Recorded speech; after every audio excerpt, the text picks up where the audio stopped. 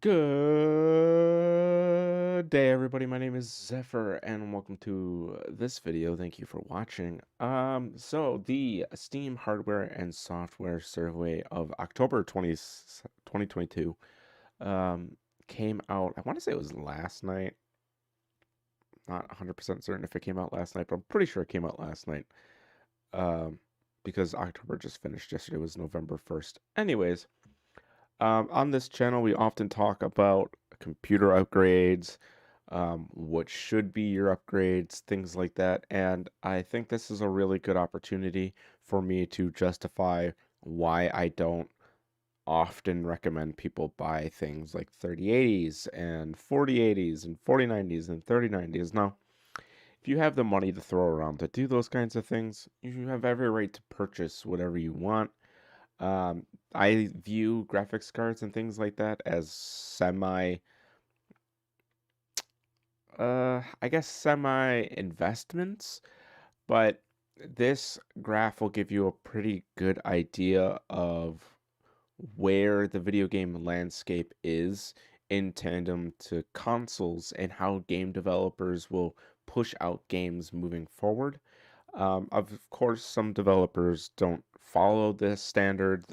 In fact, quite a few publishers don't follow the standard. So, with everything, take it with a grain of salt. But it is just there for reference to understand a little bit more.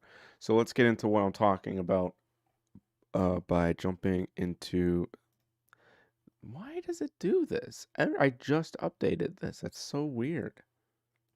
No, that's correct. Why? I did update last night. So, as I've mentioned in the past, as long as you have DirectX 12 right now, you're sitting pretty. DirectX 12 is just the newest form of DirectX. I think it's about 2 years old now. Anyways, surprisingly, if we go by percent share, well, you can actually go by item name if you want, but I'm not sure if that's going to be, yeah, that's not going to be as good. So percent share, you will see the most owned GPU on Steam as of October, and you see it winding down. So there must have been this big growth period here, and then people sold it to upgrade, probably to the 2060 lineup. As we can see, that continuously grew, but there was a 91.91% increase across Steam of people using the 2060. I'm guessing the 1650 is also very popular because it comes in quite a few pre-built computers, but a lot of people seem to be selling off or not utilizing their 1650. So a lot of people gaming on laptops, surprisingly. Seems to be a pretty solid growth and then a pretty solid drop off across here.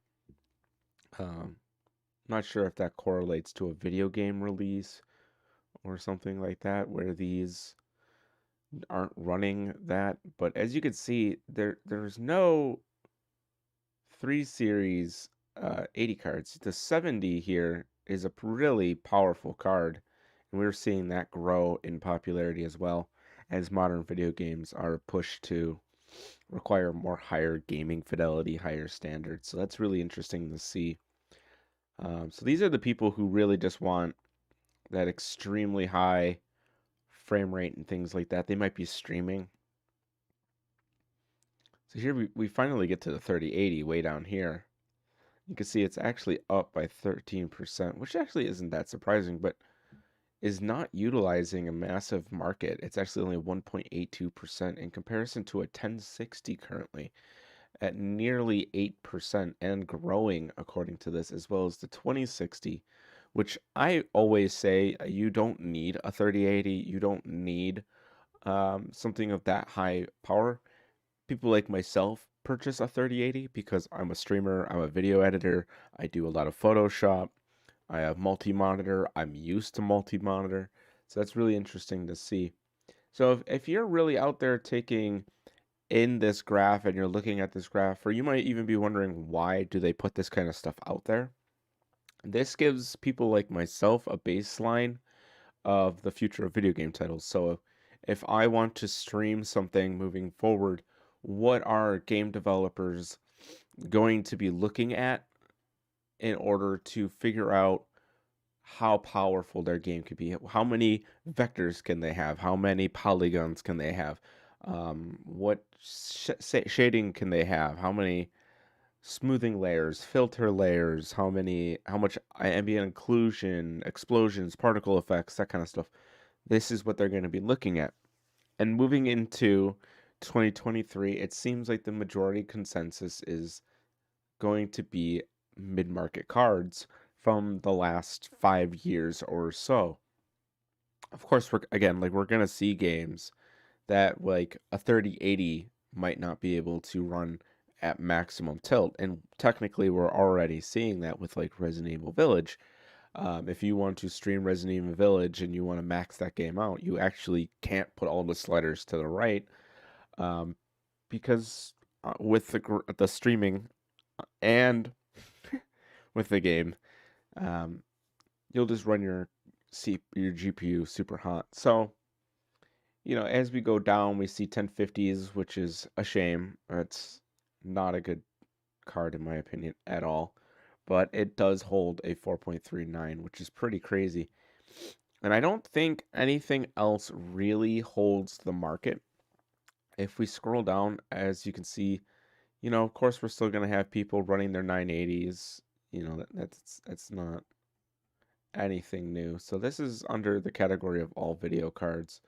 You can then go down to the DirectX 12s, and again, we can see of the DirectX 12 cards, it's 1060, 2060, 1650, 3060. You don't see the 3080 until you're way down here at the 1.92. And we're seeing no 4 series cards, which is not surprising. It's probably super minor at this point. Probably only a few people own 4090s, but you can see even 1080 Ti's at only 0.74%.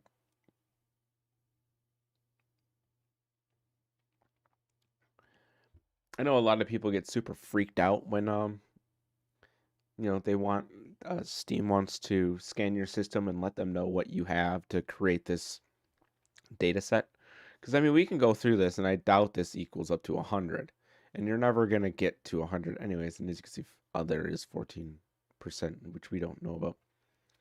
But flipping through this graph, I would say, if you trust other people and what their opinions are, of course, you could always jump over here, especially if you're not looking to spend $1,700, $1,000, $800. A 1060 on eBay. Let's go ahead and take a look at that.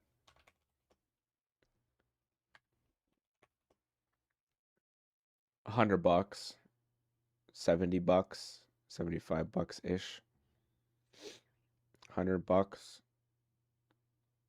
$100,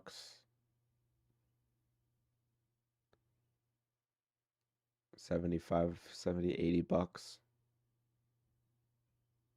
So, I mean, if you already have a solid computer, or you just have like a desktop that you want to slot something into, a 1060 seems like a really good card, especially because there's a lot of them on the market and it's still being utilized by more people. Red just upgraded to a 1060. Like, they're being utilized by a large margin of the community. 2060 is in the exact same percentage. Needledeek, one of the people I stream with, he uses a 2060. 1650, leading the way in the community. I sell 1650s hand over fist. I buy 1650 computers, I tear them down, rebuild them so that way they have less bottlenecks, and they sell like you wouldn't believe. The 1650 is an absolutely incredible card when it comes to budget modern. Um, you run FSR aftermarket with a 1650, you're sitting pretty if you get Magpie here. You run that on top of that card and it's going to run phenomenally.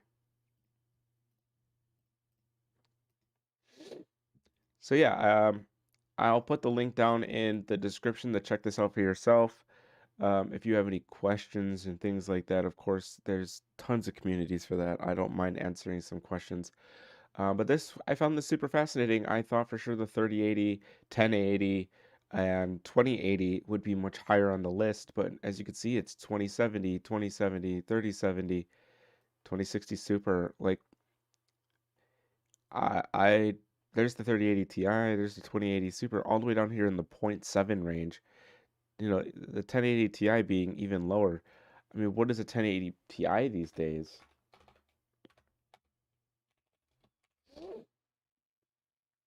That's not bad. That's actually a really nice one. Chris, one of the people I stream with, he uses a 1070 Ti Seahawk. Super cool card.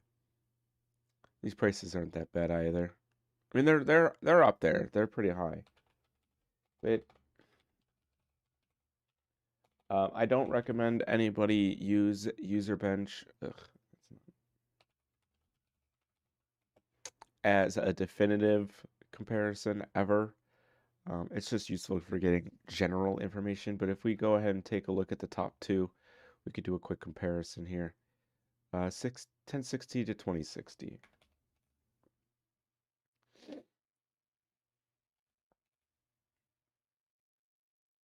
It's about a 50% uptick, roughly 40, a round down. This is what I was basing it off of. But yeah, super interesting. I'm happy that these come out. I like to know where I fall in the community's buying consensus if I've made a different buying decision. I mean, I'm sure a lot of these are pre-built, pre-built, pre-built, pre-built, pre-built, laptop, maybe custom upgrades, but really expensive pre-built. I mean, you can actually get all of the data sets and you can find out for certain. Like if you look at like the mass sales report of things like Omen PCs, the things like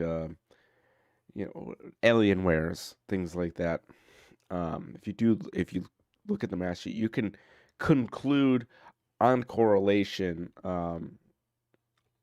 where these kind of chips are coming from and what user base is typically buying that, but I'm pretty sure these are pre-builts, pre-builts, pre-builts, pre-builts, pre-builts, maybe not pre-builts, probably pre-builts, probably not pre-builts, probably not pre-builts, probably not. Insane how many NVIDIAs are on top here. This doesn't surprise me here.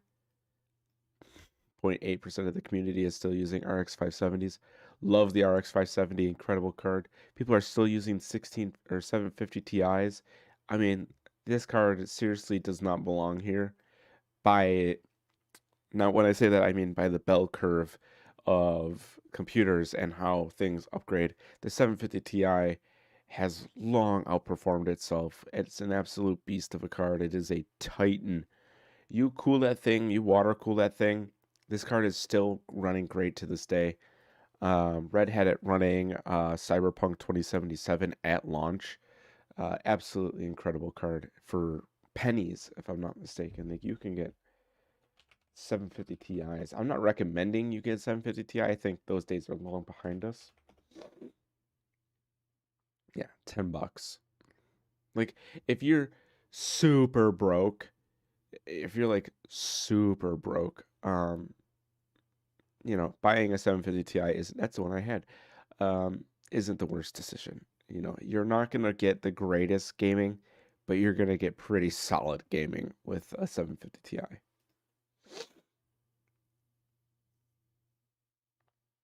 But yeah, that's it. I just wanted to show you that. If you found that useful, hit the subscribe button. I like talking about tech, showing off tech. I think this stuff is really interesting. There's a lot to learn. There's a lot to correlate and take a look at. So, yeah, have a wonderful day.